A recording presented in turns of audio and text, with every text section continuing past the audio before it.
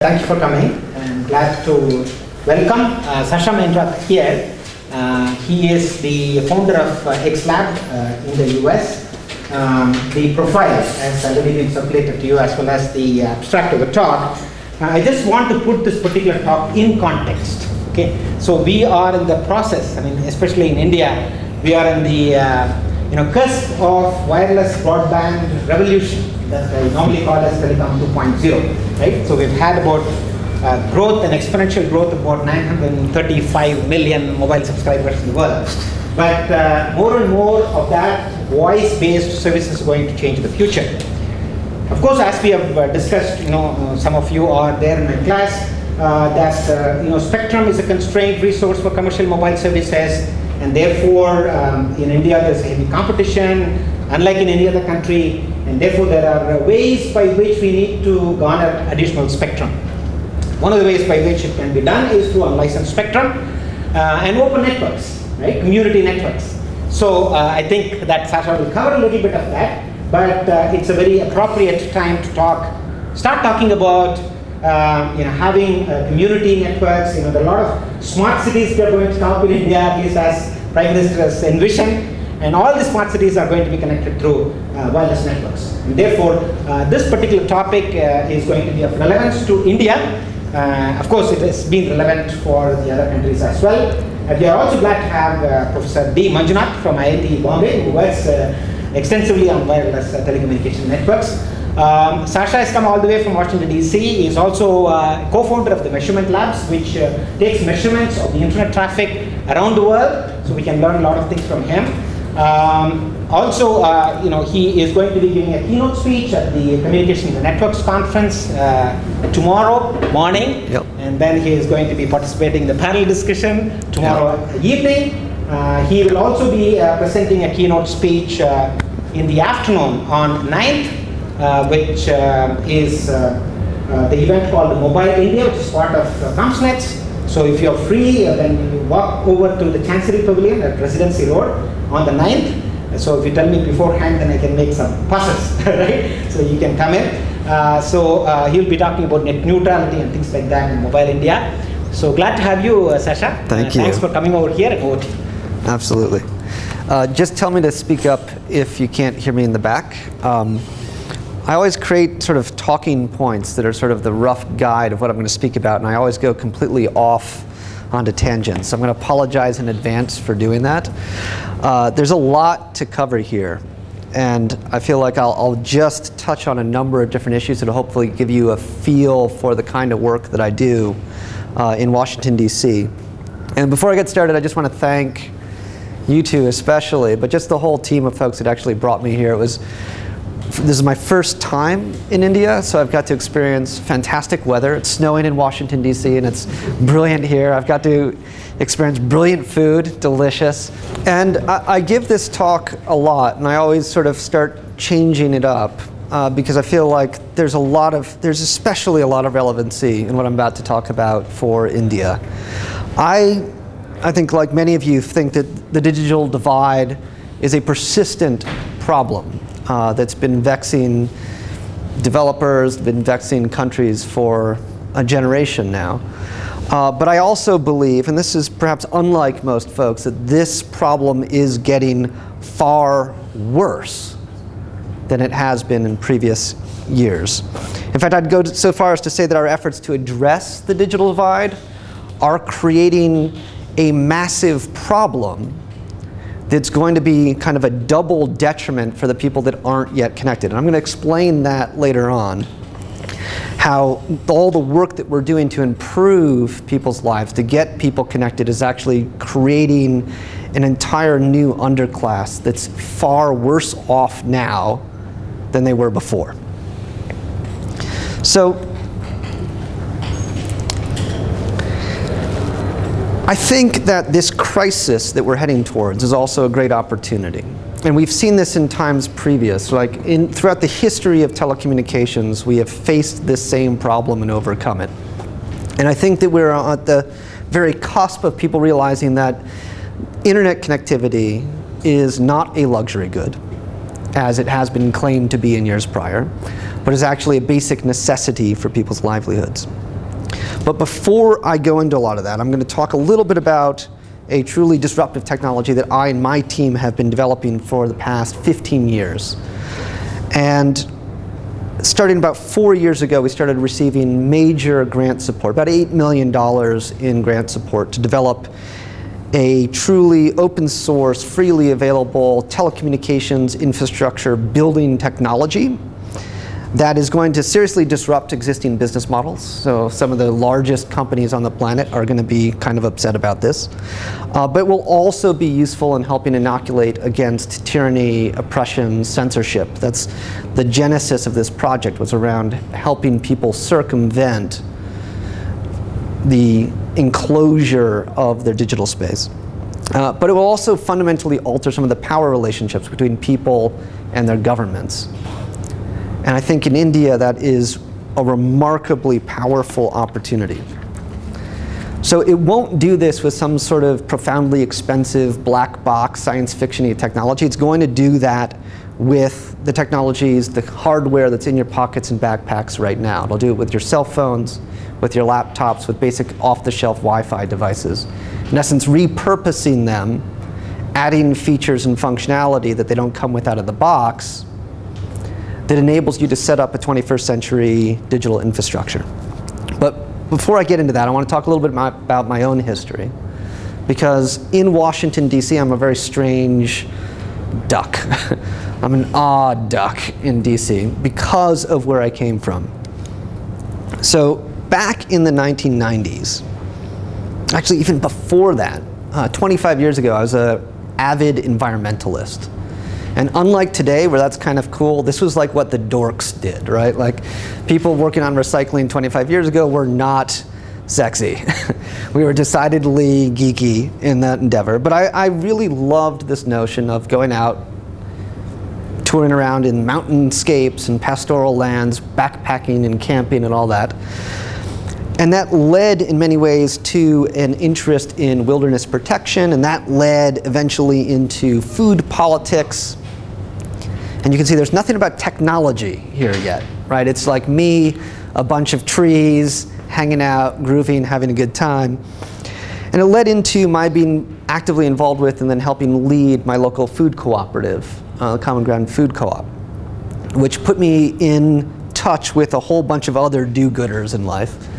And it led from there into work with our local radio station. A bunch of friends of mine were involved in something called unlicensed FM radio, which is also called pirate radio. And that was my first introduction to super geeks. It was people that were hacking together, building a radio station, and then moving it from people's house to people's house and broadcasting in their local communities. And I thought this was really cool. And also in the late 1990s, the first generations of digital media production technologies were coming to the fore. Right? So I don't know if you guys remember the old digital cameras that took like the floppy that you stuck in it. You could take like 3 pictures and then you'd have to like get a new disc and put that one in. Or we had mini disc recorders. Does anyone remember mini discs? Right. Yeah, it's like zip drives. Like nobody ever used a zip drive. Well, we used them, right? So, but this was the first generation of digital media production capabilities, right? It's 1/10 as powerful as what's in every single cell phone today, but it enabled us to document what was happening in our communities. And by the 2000s, there was this movement to use these technologies in our everyday lives, and you have to imagine this is in an era before mass mobilization in the US around issues of global importance. In 1999, this small group of individuals, we realized that this upcoming protest in Seattle, Washington, was going to be a big thing. And it was against the WTO. And we knew that the police of the United States were going to be actively involved in trying to suppress this organizing effort. And so we decided, well, what we needed was our own news service, our own media production facilities.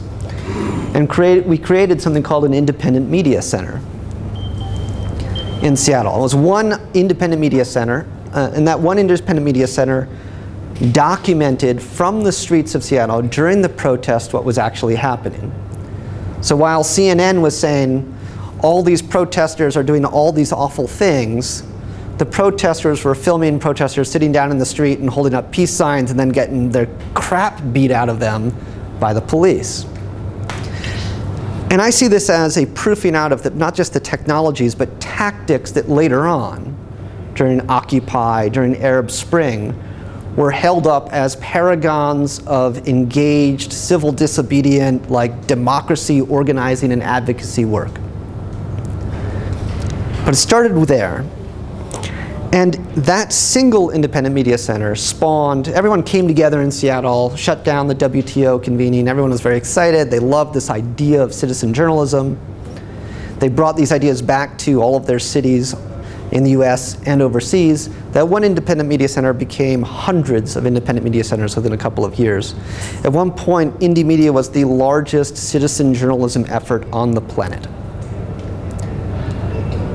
And it's still alive today. It's not nearly as exciting because even though indie media pioneered a number of things that I think you all take for granted, open publishing, commenting on stories, the notion that anyone could publish to a community blog, those ideas all came out of indie media. It's an unknown history of the genesis of these technologies. Now for me, what all of this led to was an understanding that media production was great. And keep in mind, this is 99, 2000. But what we lacked was any mechanism to actually upload the media. In 99, 2000, if you were lucky, you had a dial-up connection.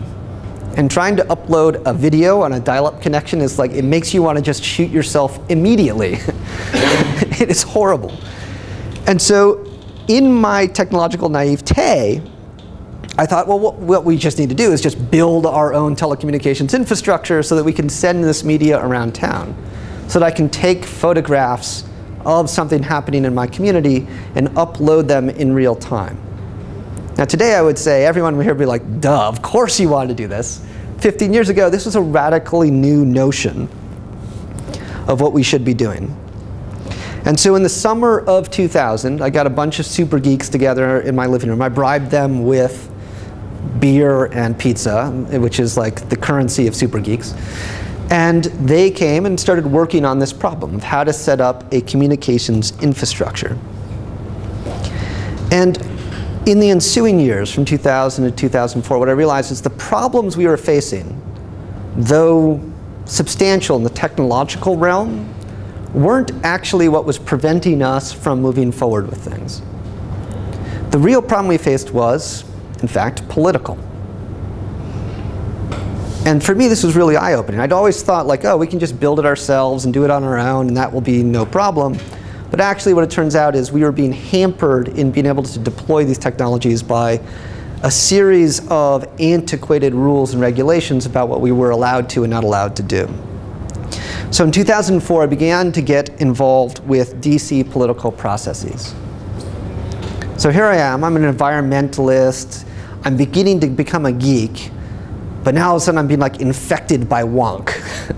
And this was my introduction to DC policy. Spectrum, licensure, all this other stuff. And in 2007, I took the plunge. I was at the time a graduate student, a PhD student, probably like many of you. And all you professors need to close your ears here. So I left my PhD program to work in DC full time. And I became the research director for a group called the Wireless Future Program at the New America Foundation. And I began working day in and day out on tech policy. Now, DC is a really strange place. I don't know if you guys have ever seen like The West Wing, or what's the big one now, House of Cards, these other movies. And like, no matter how psychotic they make DC sound, let me guarantee to you it's even stranger than that. Probably a little less nefarious, but definitely stranger. Like, the grounding in reality, and especially in technological reality, is minimal at best. And if you think about it, this is not surprising, right? You need only look at American politicians, and probably Indian politicians as well, and they're ancient. Like, up through 2010 through 2012, I was still explaining to Congress members how a cell phone works. Right, this is only 5 years ago, and they had no idea how a cell phone works. Right, I have a 4-year-old daughter. She has more technical expertise than a lot of the people making decisions about technology. That should scare all of you, because for better and worse, what DC decides often reverberates globally.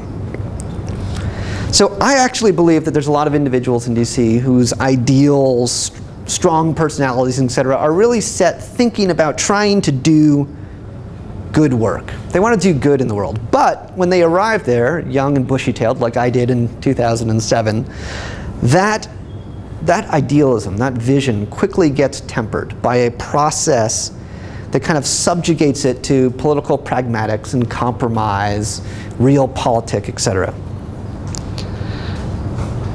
And when it comes to tech policy, I think in DC, what the fundamental problem is that we are overrun by lawyers.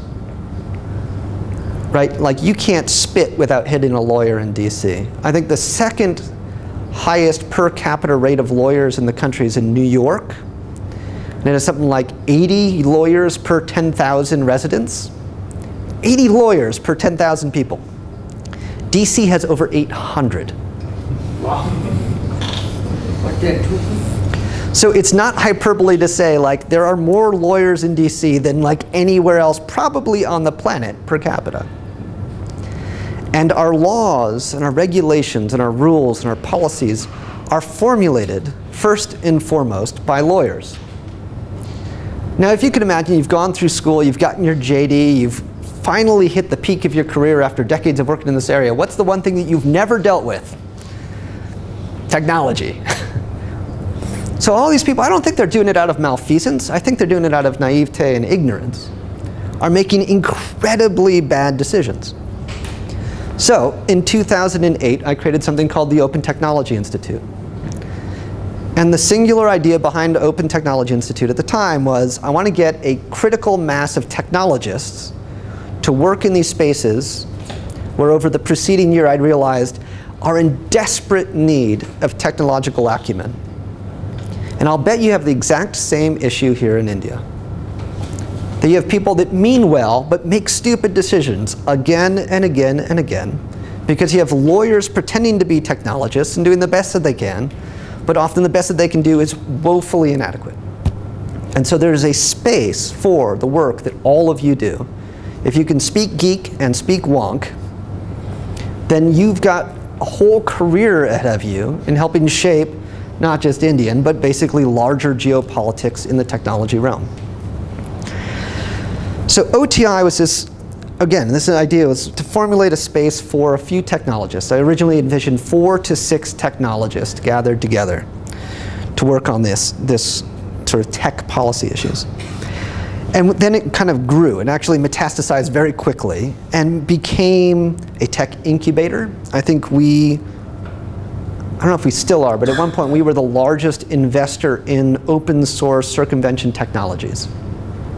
Right? The idea being that what we really need to do, if you're serious about liberating people, if you're serious about community empowerment, is you need to invest in free open source technologies that people can use in whatever way they see fit to liberate themselves if they're in impressive areas. But it also meant that I wanted to build resources internal to OTI that could build new technologies. So Measurement Lab, which you mentioned, is one of those. Measurement Lab started out as an experiment to prove to policymakers at the FCC that the kind of broadband measurement that we were saying they should do was possible. And this came out of meetings with commissioners where they told me that it was impossible to actually do the kind of broadband measurement that we thought was necessary to be done. And Measurement Lab grew from a relatively modest endeavor to today being the world's largest repository of open data on broadband measurement. We just passed, what did we just pass? I guess a petabyte of raw data. And this is text data. So you imagine a petabyte of numbers and you realize the size of this data set. And anyone can access it. It's at measurementlab.net. And I would bet that there's at least 1,000 PhDs waiting to be found in this data set. It is an enormous resource for people that are interested in that area. And OTI was also this space where I recruited a team of people that I'd been working prior in Illinois on this mesh wireless work. The people that I'd been feeding beer and pizza to in Illinois, I recruited to come work in DC on building what became known as the Commotion Wireless project. And for the past 6 years, I ran Open Technology Institute, and it grew from this modest goal, 4 to 6 folks, to an amazing collection of some of the smartest techno-political geeks I know. And in 2014, it was a group of over 50 full-time technologists working in DC. It was about an $8 to $10 million a year organization, working inside this crazy space that is Washington, DC. And for me, it was sort of this bastion of sanity, right? I would go and I would meet with people, I'd meet with lobbyists, and they'd tell me, look, gravity doesn't exist, and if you do this, everything's going to explode. And I'd be like, holy cow, like, that's insane. And then I'd go back and I'd talk with the technologists, and they'd be like, well, that's total crap. And let me explain why. And so for me, it was like a grounding in reality that was often missing from the rest of my policy discussions. And today, OTI kind of is helping hold the line on a number of key tech policy battles. Network neutrality, we're in the mix through and through. In fact, the guy who coined the term network neutrality, a guy named Tim Wu, in 2008 was on the steering committee when I established, I had 9 people, he was one of the 9, in establishing OTI, and he remains to this day a fellow with us. And if you're looking at things like NSA surveillance, if you're looking at things like spectrum licensure, if you're looking at things like community broadband and community networking, OTI is at the very forefront of holding the line in various tech policy battles, both to try to expand our access to these technologies, but also to prevent the enclosure of these technologies. As what we have seen now is that in failing to kind of put the genie back in the bottle, what a lot of telcos, what a lot of larger corporations are now trying to do is create this digital ecosystem that locks you into fewer and fewer resources and services and applications and features and et cetera. So after, I guess it was 7 years of fighting at the forefront of these battles, what I realized was it's too late. By the time a bad decision is being made, we're already on the defensive. We're already reacting to a bad situation that's arisen. And what we need is something that's actually going to be proactive. So I created XLab as this vanguard, a much smaller group. Again, right now I'm thinking 4 to 6 technologists, we'll see. But 4 to 6 people that's going to be looking 3 to 5 years out and working with some of the key decision makers that we've identified in the work that we've done to educate them, to get them up to speed, and to actually proactively set an agenda. I think that's missing right now in Washington, DC. And my hope is that in doing that, we may actually shift the nature of tech policy decision making, so that instead of reacting to bad things, we're proactively setting good things in motion.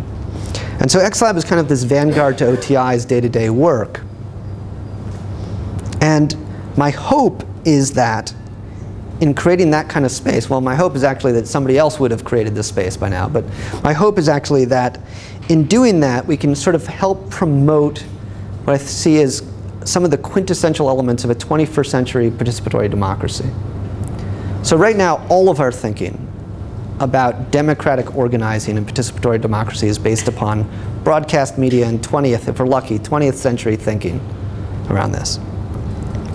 So I'm going to spend a little bit of time on Commotion Wireless because I feel like this is an exemplar of the kind of intervention that I think is possible. Now first let me say I have a pretty audacious goal, right? Free, safe, ubiquitous connectivity for every single person on the planet.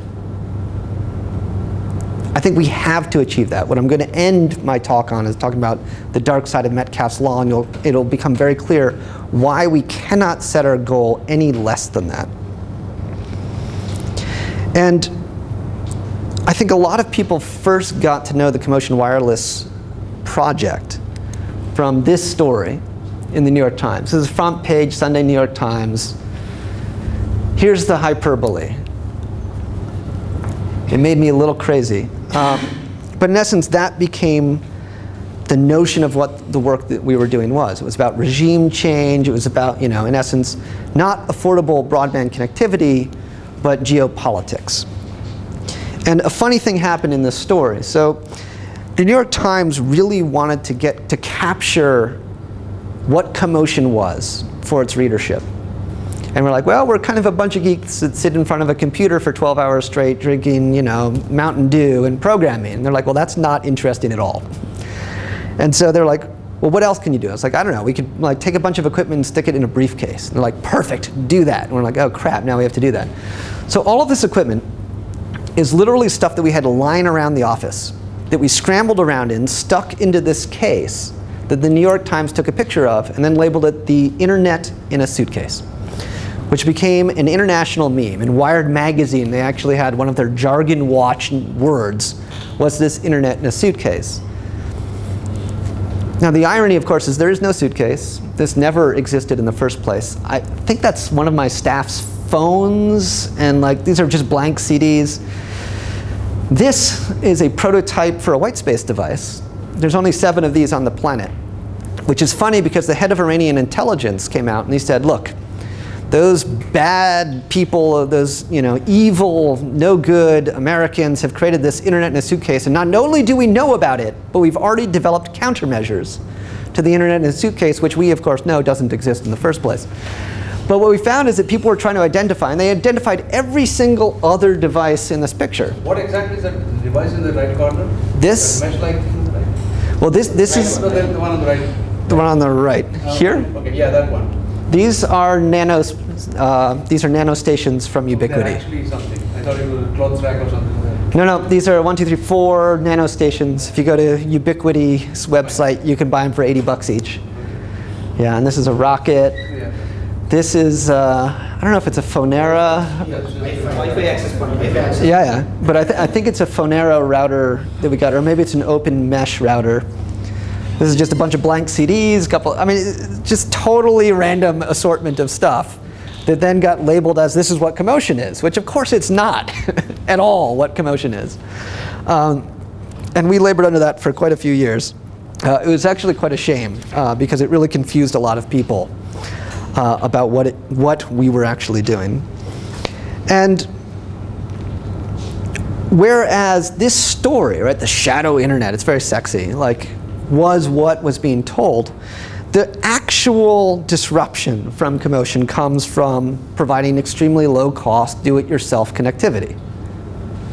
Right, this is the 0.001% use case. Right, this shadow internet, routing around government surveillance or censorship.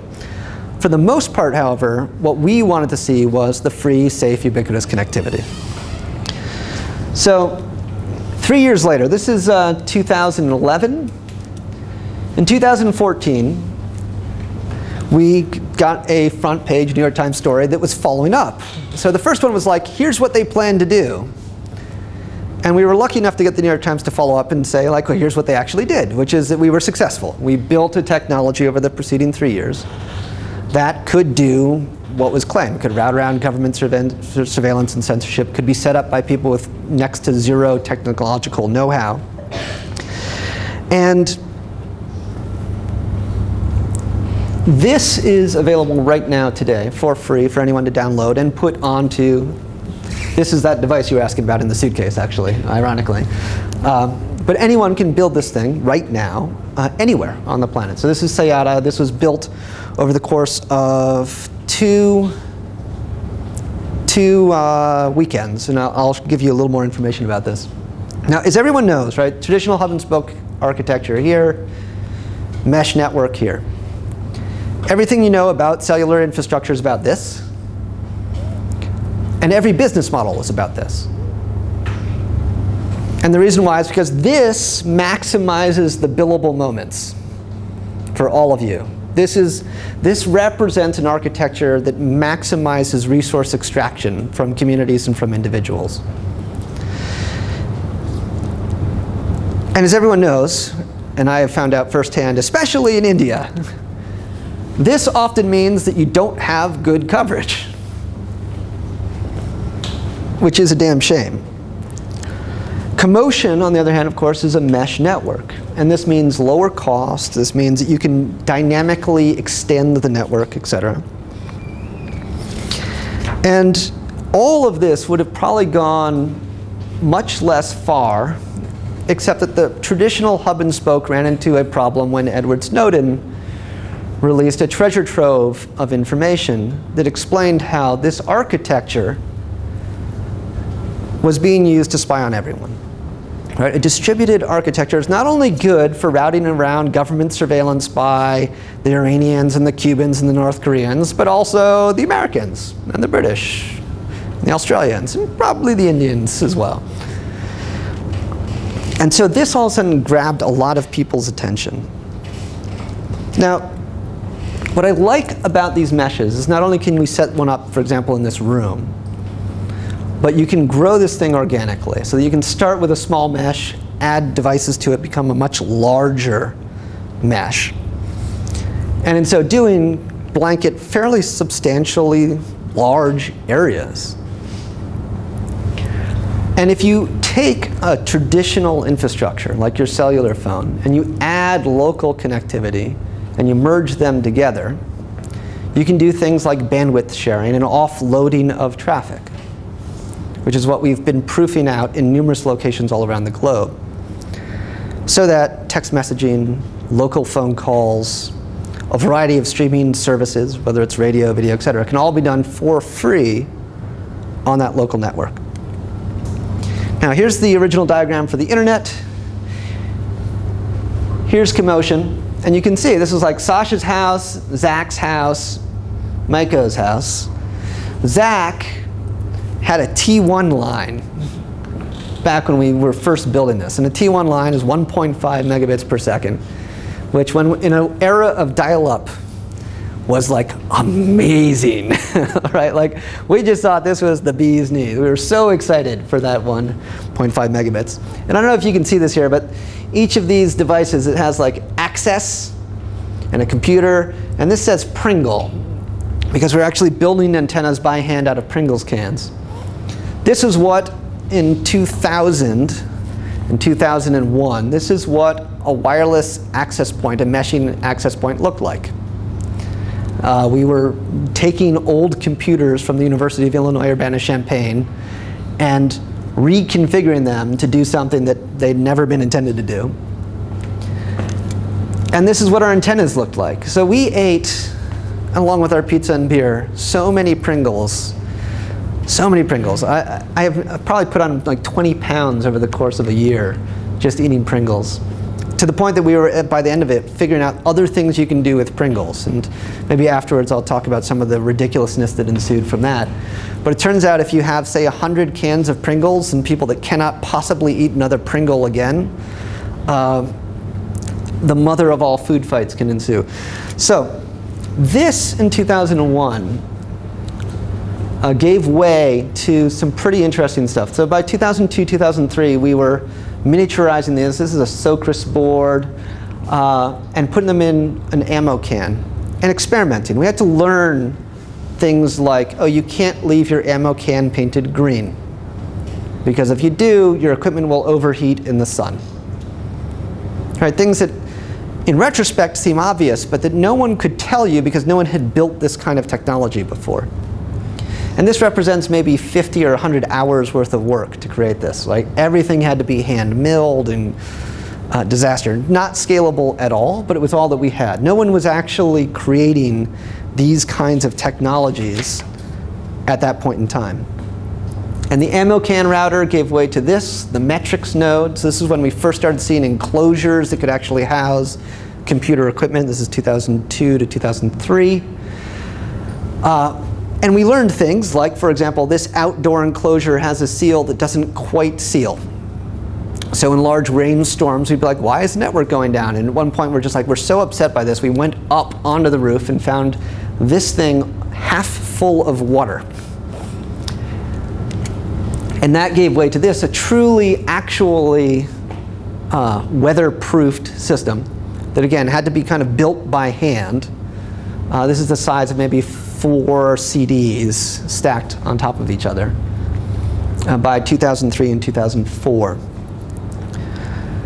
And all of this had to be built, again, by hand. These are 40 or 50 nodes that we had built over the course of about a month or so, and installed by hand. So here I am up on a roof learning things like how to install wireless equipment and learning all the ways that you can really screw this up, right? Like, there was no one to teach us how to do this.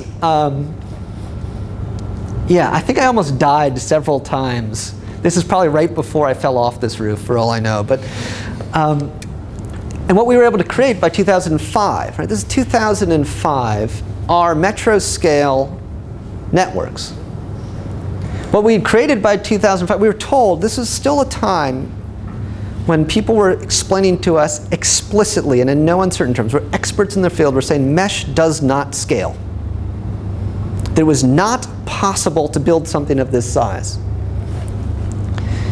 And so we'd be like, well, you know, we think you might be incorrect in that assessment because we have a fully working operational network right now. And they'd be like, no, you're wrong. And we'd be like, well, what can we do? This is actually where I first met Pierre Kumar, was doing this work in Urbana-Champaign. So for us, this was really exciting.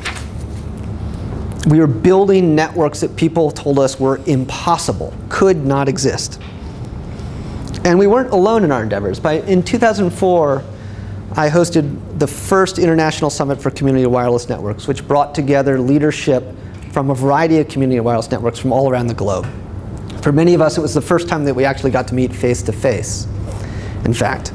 And what we found out is that the struggles that we were having in various networks were actually being worked on in parallel all over the globe. And so we started combining forces. This wireless summit actually has quickly become the go-to convening for community wireless networking, period. There's nothing else like that. And recognizing the impact of this work and the collaborations that were being built between 2004 and 2010.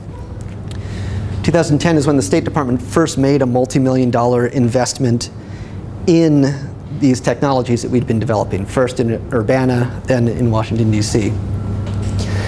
And that investment has really spun up the technology over just the last 4 years. So in 2013, we started implementing what we call pop-up networks. So this is the number of devices, the number of people, and the number of hours. And here we have 5 people. These are 10 digital stewards, people that had no technical knowledge whatsoever that were trained on developing these technologies. And this was a several thousand person group. This is maybe 1,500 people. The International Summit is only about a couple hundred people, but that couple hundred people are all crazy hackers that like to blow up networks. So to me, like, this is the hardest one to maintain. And these were very easy by comparison. But you can imagine if you were to tell people, like, yeah, we can build a large network serving several thousand people in a matter of hours with these technologies. Once again, even in 2013, we were being told that's not possible. And on a Commotion network, you have your internet connectivity, which is what most people think about using a community network for. But you also have this ability for local applications. And I think the local applications and services is really the game changer. So at the AMC, for example, what we created was an intranet that had browsing for sessions, it had the website, it had a bunch of local services and applications on there. It had everything from the program, local tweeting, maps. What else do we have on there? We had streaming video from some of the performances that people were giving. We had at AMC, they have like a bunch of performance artists that are there, singers and songwriters and et cetera, all of which was available over this local area network, which was pretty neat. And this is what it looks like. So these are actual screenshots.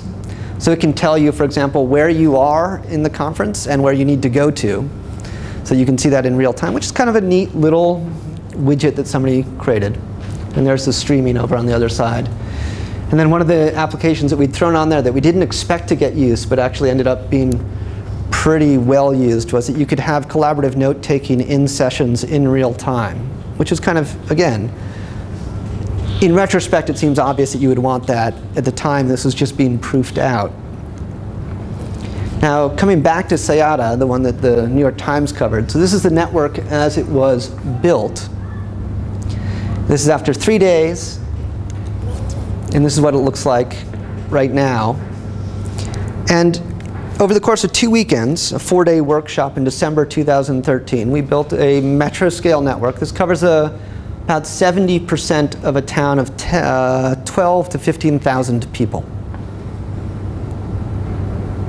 So in 2 weekends, you can cover the majority of a town of over 10,000 people with a local area network that is capable then of also sharing internet connectivity. And so in SIADA, here's what the splash page looks like. So you've got Wikipedia in Arabic and French, locally downloaded. You've got about a 2,500 book repository that, again, ebooks that people can then access over the local network. Maps, chat rooms, and Etherpad stuff. So this is like note-taking, etc. The city of SIADA actually bought into this and said, well, we want a civic portal on there as well, so you can put all of the resources for the local city on this local area network, which means that all of that is available universally and for free to anyone in the town.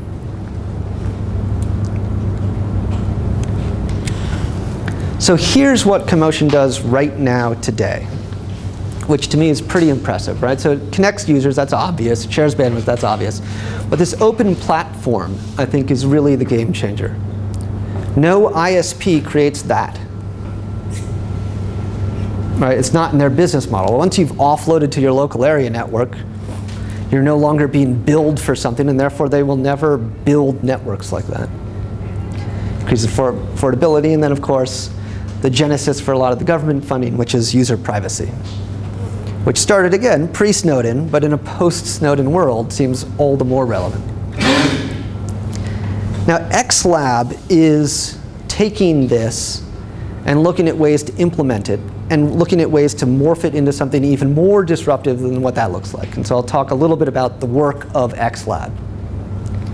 Part of that work is focused on things like the future of war, which is a big issue right now in Washington, D.C. Once again, you have politicians and you have lawyers trying to figure out what the future of war looks like. They all think it looks like this. All the technologists know it looks like this. And we spend a lot of time I spend a lot of time bringing generals and various administrators and White House officials up to speed on things like why we cannot win a cyber war.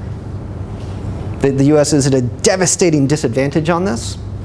That's only going to get worse. That our technological acumen, the way in which our society is being built, makes us far more vulnerable. We have far more vectors of attack than any enemy that would attack us in the first place. And that's a real problem. And to me, actually, the future of war is pretty scary. Especially once you get into more automation of warfare.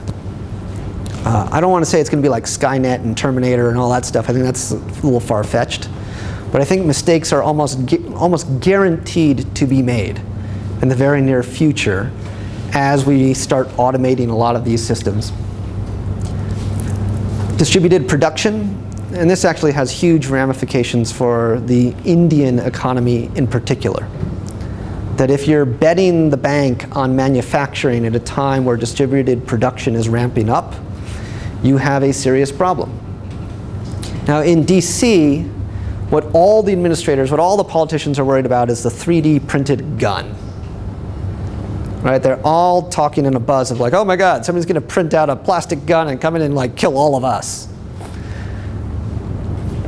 What I'm much more worried about is the 3D printed car part. Because the 3D print, if you can, in a material sciences, it's a material sciences problem. If you can solve the tensile strength problem of 3D printed material, then everything from manufacturing to retail to trucking and shipping gets heavily disrupted. Because all of those systems are predicated upon a centralized manufacturing chain. And so if I can print a car part for 59 cents that cost me $29. It means nothing to you. If I can print a car part for 500 rupees, as opposed to buying it for 5,000, obviously I'm going to do that. And this is a problem that most folks in this area do not yet understand, and certainly are not doing anything in terms of economic development or projections that take that into account. But it's coming fast. This is coming in the next 5 to 10 years.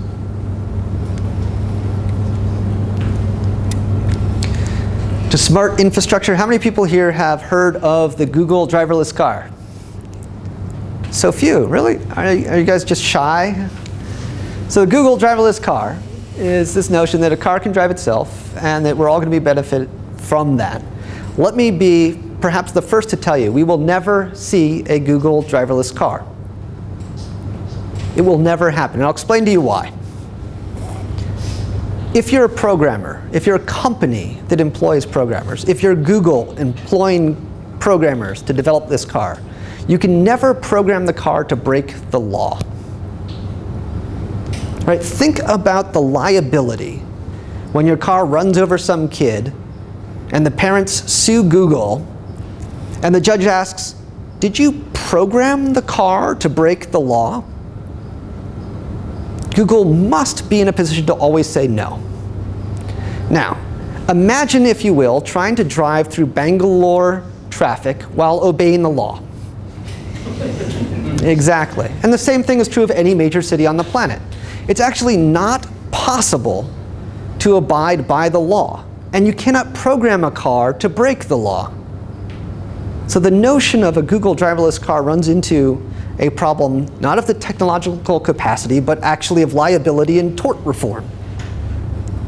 But explaining that to the people making these decisions, who are all enamored by the cuteness of the Google driverless car, is a real uphill battle. And of course, the problem, as in Bangalore and elsewhere, is not if everyone had a driverless car. Then this would work. The problem is actually driverless cars plus humans driving never will work. And we don't have a glide path for that. We don't have an ability to get from here to there.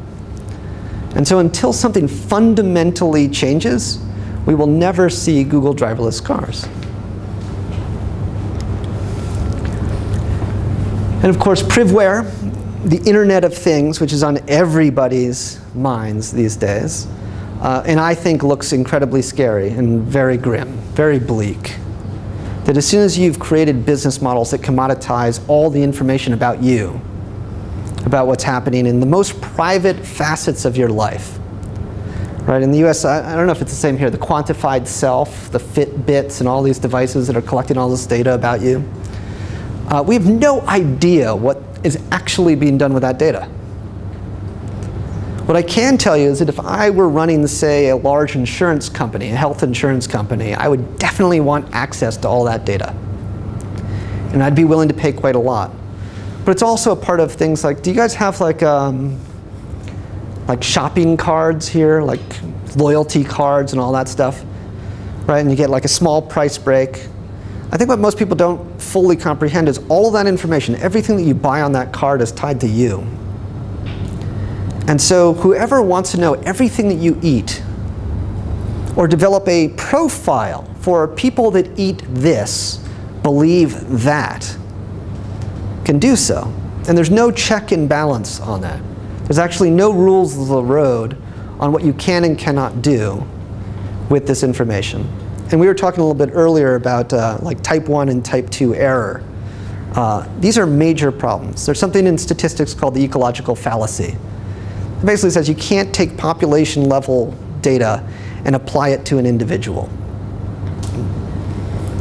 And of course, that's going to happen. The unfortunate reality. There's way too much money to be made in that. And when people get things wrong, not only will you not know about it and not be able to correct it, but you won't even know that you're being discriminated against in that way, because there's no transparency or disclosure in these areas. So I look at the way that the Internet of Things is being commercialized. I look at things like Nest. Nest is a great example. Do you guys know of Nest? Right? This automated system that will identify when you are home and are not home, which on the face of it sounds really cool, like it lowers my electrical bill. Now, you've probably also kept up on, there's been a lot of hacking of various databases and extraction of data. Unlike a credit card, which you replace, what happens when somebody hacks the Nest database and knows with 99.99% certainty when everyone is going to be home and when they're going to be out? What's the solution to keep your house from being burgled when that information is known? And these are conundrums, problems that are inherent in the Internet of Things, but are externalized from the business model. Certainly Google's going to be like, oh, we're really sorry about that, but we're not buying everyone alarm systems. So all of the detriments are going to be externalized to all of us who don't know, realize, understand the implications of using Nest in terms of your house possibly being a target for burglary down the road. So privacy protecting alternatives, consumer protection, these rules of the roads around the Internet of Things I view as a crucially important battle over the next 3 to 5 years. And circumvention tech, so I'd mentioned we invest pretty heavily in circumvention tech. The next iteration of what I want to be doing is tying together these different facets to create sort of a pipeline for development of circumvention technologies. It goes from needs assessments to incubating those technologies and proofing them out, auditing the code, putting them into an easily disseminatable system, and providing legal protection for the users of those technologies. This is a big lift, as it were. I don't know that you guys can even see all of this. But in essence, it's crucially important to do. It hasn't been done yet, but I think this is, again, a battle that over the next few years will determine whether circumvention technology is always this niche thing used by a tiny few or becomes more normalized in society. And finally, the Commotion Tech Lab, where we're doing a lot of research and development over what's next for Commotion. If you want to know what's next, you're going to have to come tomorrow to CommsNets, where I will actually talk about some of the work that we're doing on this. So now let me come to the crux of the matter, the dark side of Metcalfe's law. Now, if you've heard of Metcalfe's law, you know that this is the notion that the value of a communication, the telecommunications network, is proportional to the square of the number of people connected. And there's a bunch of other laws around this, so Lesko, Reed, et cetera. But the take-home message, the most important element here is that the benefits accrue superlinearly, more than a linear relationship. And what everyone talks about is this notion of the benefits of this network being superlinear to everyone that's on the network. What nobody talks about, except for Rahul Tongia and Ernie Wilson, is this blue line. And the blue line, to me, is missing from all policy debates. And the blue line says, what's the disadvantage? If we're all getting exponential benefits, what's the disadvantage from being excluded from that network as you move towards universal access to this network, or universal adoption of this networking technology? And what Tongi and Wilson proofed out mathematically is actually the detriments are going through the roof. In fact, if you combine these two things and you look at the included versus excluded cost of being excluded, exclusion is far larger in its impact than inclusion.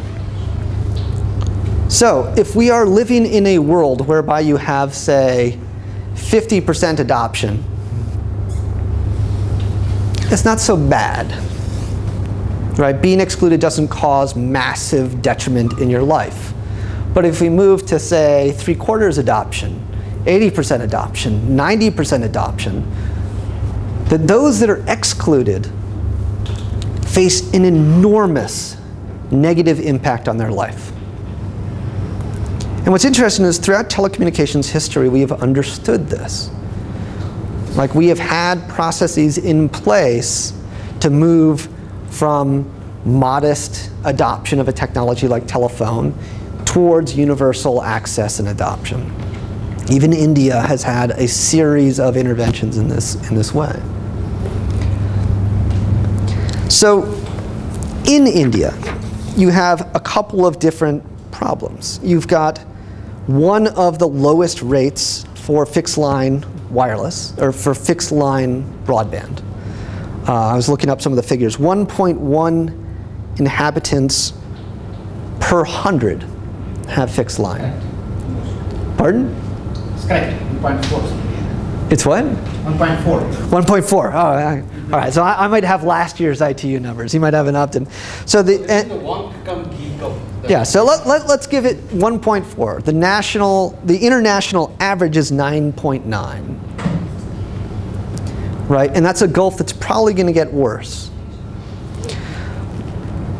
But even inside India, right, so you've got 12.6% of the population accessing internet. And what's the new number? Yeah.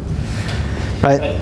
So to put it into international perspective, right, because if we're looking at this instead of just nationally based on a global plane, then India's rate puts it 145th. And what this means is that for India as a whole, economically, socially, et cetera, the detriments as the rest of the world is getting more and more connected are going to actually grow, not lessen. And that has huge policy implications, or should have huge policy implications. So here's some quick solutions. It's easy to say, it's hard to implement, but they have to happen. Right? We need alternative business models. We need do-it-yourself communications. We were talking before about how phone service was brought, this was, to a lot of rural villages through, in essence, DIY service provision, right? Clearly, we need that kind of thinking and intervention in the broadband space as well. We clearly need more access in the same way that we realized this in the United States 10 years ago. We need more access to spectrum. And we need different licensure regimes for spectrum. Not just opportunistic access, but interference, temperature, and a whole variety of other licensure regimes that utilize digital technology. They use computers as opposed to assuming an analog world, which is what all of our spectrum licensure today does, or almost all of our licensure does. And of course, we need universal service funds and other incentivization, because it's not enough to just go for 50 or 70 or 80% access. Leaving a few 100 million people offline in India is going to have serious repercussions for creating a permanent underclass. So the coalition building and the transnational collaborations, I think, are crucial. I can't effectively do my work if I remain US and Amerocentric in my thinking. The work that you can do here, in many ways, can inform policymaking back in the US, which can then reverberate back here. There's this interchange, this transaction on a global scale that can happen, that has to happen, and has to be coordinated in a way that it has not yet been. And of course, figuring out who are those individuals. There's always some individuals in every government that actually are willing to take chances and be bold leaders and have the courage to do things that are considered crazy today and obvious tomorrow. And so identifying those people and working with them and giving them the support that they need to do this, I think, is going to be, again, one of the challenges for our time, one of the challenges I hope that some of you will actually work on. So I'm going to stop there, open it up for a few questions, and I thank you so much for listening to me rant and rave about all this crazy stuff. Thank you. Here's my contact information. So we can have a couple of questions. Sascha has to leave for his hotel for a meeting. So if you have any questions. Yeah. Yes, sir. So this objective you are having is free, easy access network. Yeah. Interesting way that big companies like Google and Facebook espousing something, or even trying something similar, right? Which coming from a very different Project Loon and Internet.org. Yeah. So what's your I mean, it's clear why they're doing that, but how do you see that affecting these side effects? Yeah, so the zero rating stuff, Project Loon, all these processes they look like what I'm saying. Right? You know, at first blush, you would be like, oh, this is really great. But when you actually dive underneath the hood, you realize like it's all about lock into their ecosystem. So Google Loon is going to lock you into a Google ecosystem. And Facebook Zero is going to lock you into a Facebook ecosystem. And people won't realize that actually they think they're online. Right? Their experience of what it means to be online is going to be this zero rating stuff from Facebook. But in actuality, they're going to be on the really rough end of being digitally excluded and not even realize it. Which I think is, again, like, this is horrible. So I love the idea of Loon. I love the idea of Facebook Zero as a stepping stone, as a next phase, but it cannot be the answer. It cannot be the end result of our efforts. And I think that's going to be really challenging, because when a politician is facing a mega corporation coming in and be like, I'll just do this for free, and don't understand what they're actually providing, like this is the real problem, right? They think they're actually getting internet service to the masses. It will be very difficult for them to say no. Yeah. Yeah. Yeah. I understand that all this initiative is kind of coming from the notion of digital divide, and there's an attempt to bridge the divide. Yeah. I also understand that the initial debates on digital divide, on this digital divide, were focused on devices, and then connectivity came in, and we're still stopping there. We're still stopping at providing connectivity to all the masses. But then there's another notion of the divide, which is more grounded and which is more rooted in local socio-economic political structures. So, given that those structures may still remain, if you go back to your last but one slide and that Metcalfe's law, there's a point there around that 50% exclusion or something, where the cost of inclusion becomes same. Correct. Why should we not aim at that, and why should we go to 100%? Well, because the benefits are still supralineal. No, the thing is that the utilization will depend also a lot on the local socio-political conditions, economic conditions of the people who have been provided that connectivity. So even if you have provided it, whether it will actually result in removal of the divide is still not clear. Well, but I think you're equating internet connectivity more with a luxury good than as an essential good. Right? We don't aim for 50% with education or clean water, because we understand that the benefits are so great and the detriments so great as well. And when we're heading into a 21st century digital society, we have to start thinking differently about what connectivity is. Like, connectivity is part of your ability to get a job, educate yourself, be healthy, do all of these things in our life. And so if we think about what does it mean to live in a civil society, it's a normative question, right? But when we ask ourselves, what does it mean to be in a civil society? Connectivity is going to undergird all of that. I mean, what we see right now is just the very beginning of that shift as a global society. But I think if we aim for 50%, well, if India aims for 50%, then on a global scale, it will be here. Because other countries are never going to aim for 50%. And so, for a variety of reasons, I think, like, I think I understand what you're saying. And it's politically pragmatic to do, but the end result is actually going to be pretty negative. So just as we're not targeting, say, 100% enrollment for higher education, and there we have brought it down to, say, primary education or something. Why then are we so concerned with the 2 Mbps right down to that level? Why can't we not have shades there saying that, okay, you have it, this is what is universal in terms of connectivity, and this is something that we can do with a 50%. Oh yeah, I mean, I completely agree there needs to be a glide path. Like, I'm not going to be like, oh, everyone gets 100 megabits per second tomorrow.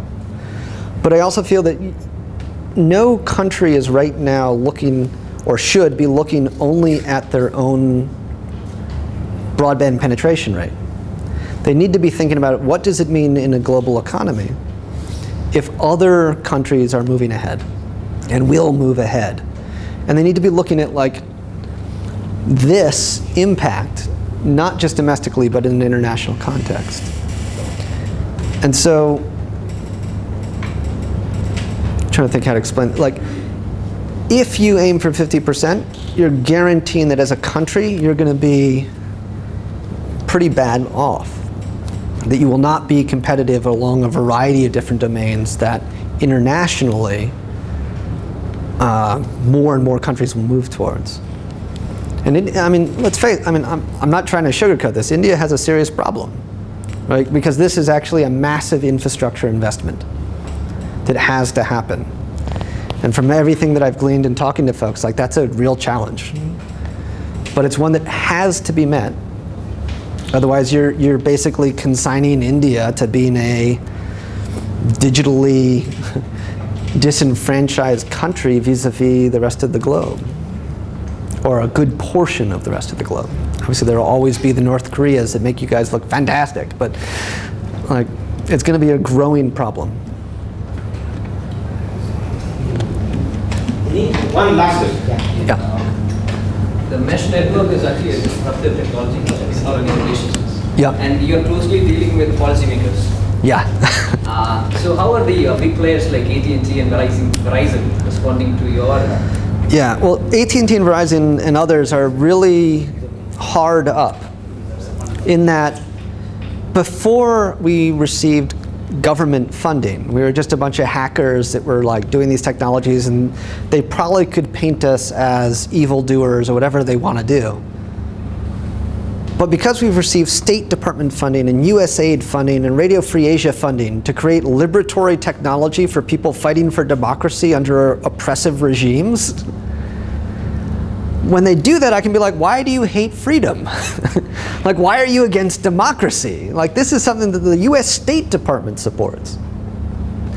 And that is a PR nightmare for them. So I think, you know, we've almost matured to a point where it would be very difficult to paint us into that corner. I'm not saying that they won't, because they've proven time and time again to be pretty stupid on their PR. But it'll be very difficult for them to say, oh, you're just a bunch of commie pinko hackers that are, you know, that hate industry. And what you'll see is there's nothing in this technology that displaces AT&T. It's a complement to existing infrastructure. Right? I'm never going to build a mesh network to span India. I'm always going to use existing infrastructure and add to what is already available. But you know, again, one has to look at the history of telecommunications in the same way that any office of any size creates a local area network in that office. Any business will do that because they understand, like, not only can we share printers, but we can share the connectivity. We can buy one line and share it throughout all the office's computers. That did nothing but help telcos, right? And the same thing is going to be true for this. We should use that same business model that the businesses already have figured out in communities, because the benefits are the same, whether you're running an office or a member of a neighborhood that accrue to you. I'm happy to take email follow-ups if folks are shy, so, you know. Thank you, thanks, Sascha. Yeah, my pleasure. Thank you. I need to revise my slides, you know, because I already looked at the positive network externalities of Metcalfe's law and Sarnoff's law, so I have to do the other one. But thanks very much, and thanks to Professor Meinrath for bringing over Sascha to our institute. I request Professor Srikanth to give this small momentum as our appreciation. Thank you. Oh, thank you very much. Thank you. Yeah, my pleasure. My pleasure.